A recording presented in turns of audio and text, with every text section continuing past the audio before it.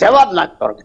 Yes పినబడి Pullarao గారు మనతో పాటు నవరత్నాల వైస్ చైర్మన్ నారాయణమూర్తి గారు ఫోన్ ఇన్ లో అందుబాటులో ఉన్నారు.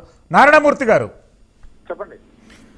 ఆంధ్రప్రదేశ్ రాష్ట్ర ప్రజల ఆత్మగౌరవాన్ని జగన్మోహన్ రెడ్డి గారు ఢిల్లీలో తాకట్టు పెట్టారని చెప్పి షర్మిల గారు వ్యాఖ్యానించారు. కేవలం జగన్మోహన్ రెడ్డి గారు ఆయన కేసులను పరిరక్షించుకునేందుకు కేంద్ర ప్రభుత్వంతో గుడ్ రిలేషన్స్ మెయింటైన్ చేసేందుకు ఆంధ్ర అభివృద్ధిని పూర్తిగా తాకట్టు పెట్టారనేటటువంటి అభియోగం షర్మిల గారు చేశారు. ఎట్లా స్పందిస్తారండి ఈ అంశంపై? 100% అబద్ధం అది. ఆమెకి ఫ్యూచర్ అగమ్యగోచరంగా ఉండి ఇవన్నీ మాట్లాడే పరిస్థితి కనబడుతూ ఉంది. వేరొక పార్టీ అధినేత చేతిలో కీలుబొమ్మగా మారి ఈ పార్టీ అధ్యక్షురాలుగా మాట్లాడుతున్నటువంటి అనుమానం వస్తూ ఉంది.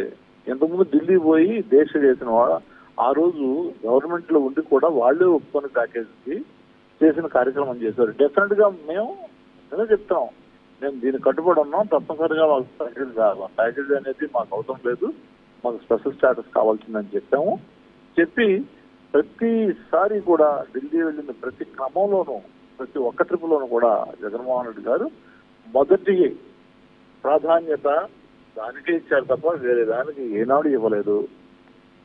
అనేక మార్లు అడిగారు, అయినప్పటికీ ఇంకా వక్రీకరణ చేస్తామంటే మేము కూడా వెయిట్ చేస్తా ఉన్నాం ఇంకా. ఎందుకంటే ఇప్పటికే వాళ్ళు చేసిన పనికి ఆంధ్రప్రదేశ్ రాష్ట్రం నుంచి పూర్తిగా రెండు పార్టీలని మోసం చేసిన జాతీయ పార్టీలు రెండింటినీ కూడా పూర్తిగా తుడిచిపెట్టిపోయే కార్యక్రమం చేశారు. ఆ విధంగా ప్రజలు కక్ష తీసుకున్నారు, కోపాన్ని చూపించారు. ఇప్పుడు ఇంకా అదే తీరులో ఉంటారు అంటే ఈ ఒక్క రాష్ట్రానికి కాదు, మిగతా రాష్ట్రాల్లో కూడా వాళ్ళకి మాకు ఇచ్చిన ఏదైతే ఆంధ్రప్రదేశ్ ఇచ్చిన మాట ఉందో ఆ మాట నిలబెట్టుకోలేదనేటటువంటిది రేపు పొద్దున్న అన్ని రాష్ట్రాలకు తెలుస్తుంది. అన్ని రాష్ట్రాల్లో కూడా ఇలా మోసం చేస్తారనేటటువంటి పందాన్ని తీసుకెళ్లే కార్యక్రమం కూడా జరుగుతుంది. దాంట్లో భాగంగా ఈ రెండు పార్టీలకు కూడా ఇప్పుడు ఎలాగో కాంగ్రెస్ తుడిచిపెట్టుకుపోయింది, ప్రతిపక్ష హోదాను కూడా కోల్పోయిన పరిస్థితి దేశంలో కేంద్రంలో. ఇప్పుడు బీజేపీ కూడా ఆ పరిస్థితి రాకుండా ఉండాలంటే తప్పనిసరిగా వాడు ఇచ్చిన మాట నిలబెట్టుకోవాలని చెప్పేసి పదే మేము అడిగాం. భీమవరం వచ్చినప్పుడు కూడా, భీమవరమే కాదు విశాఖపట్నం కాదు, ఎక్కడికి వచ్చినా కూడా దొరికిన ప్రతి అవకాశాన్ని కూడా మనం చెప్పిన మొదటి డిమాండ్ ఏదైతే ఉందో అది జగన్మోహన్ రెడ్డి గారికి ప్రత్యేక హోదానే ఆంధ్రప్రదేశ్ కావాల్సింది, అది తప్ప మాకు ఏది అవసరం లేదని కూడా చెప్పాము. దాంతోపాటు మిగతా ప్రాజెక్టులు ఏమైనా వాటికి కూడా ప్రకటించండి, ఆంధ్రప్రదేశ్ అభివృద్ధి మాకు ఇంపార్టెంట్, మాకు వేరే ఎజెండా లేదని కూడా చెప్పడం జరిగింది. అట్లా కాకుండా మీరు ఇప్పటికీ కూడా ఇంకా మేము అట్లాగే ప్రవర్తిస్తాం, మేము బలవంతులం కాబట్టి, మేము కేంద్ర ప్రభుత్వంలో ఉన్నాం కాబట్టి మేము ఇట్లా చేస్తాము అని చెప్పుకుంటూ ఉంటే ఎవరికైనా సరే ఈ రోజు ఇలా ఉంటారు, రేపొద్దున కాంగ్రెస్ అలాగే అనుకోండి. 14లో ఫిబ్రవరి ఇచ్చేటప్పుడు మా అంత బలవంతులు లేరు, సో మమ్మల్ని ఎవరు ప్రశ్నించలేరు అనేటువంటి సందర్భంలో మాట్లాడారు. చివరికి ఏమైంది? 2014లో తీర్పిచ్చారు. అదేవిధంగా వీళ్ళు కూడా అది గుర్తుపెట్టుకోవాలని చెప్తా ఉన్నాం మేము.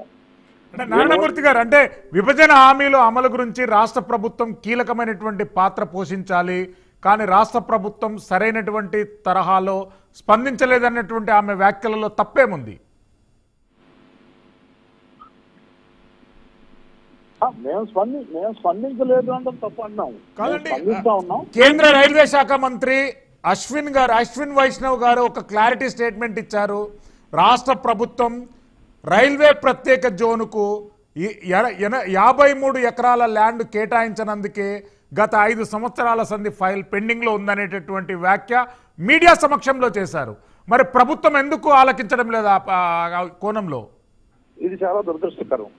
ఈ విధంగా మాట్లాడడం అనేది చాలా దురదృష్టకరం. సార్, మాట్లాడింది ఒక కామన్ వ్యక్తి కాదు, మీరు నేను కాదు, ప్యానలిస్టులు కాదు, ఒక కేంద్ర కేబినెట్ మంత్రి.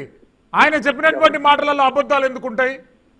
అవును, రాజకీయం ఎందుకుంటది? ఇతర కోణాలు ఎందుకుంటాయి? ఒక్క 2 నిమిషాలు నేను మళ్ళీ కనెక్ట్ అవుతా. ఎస్ తులసిరెడ్డి గారు.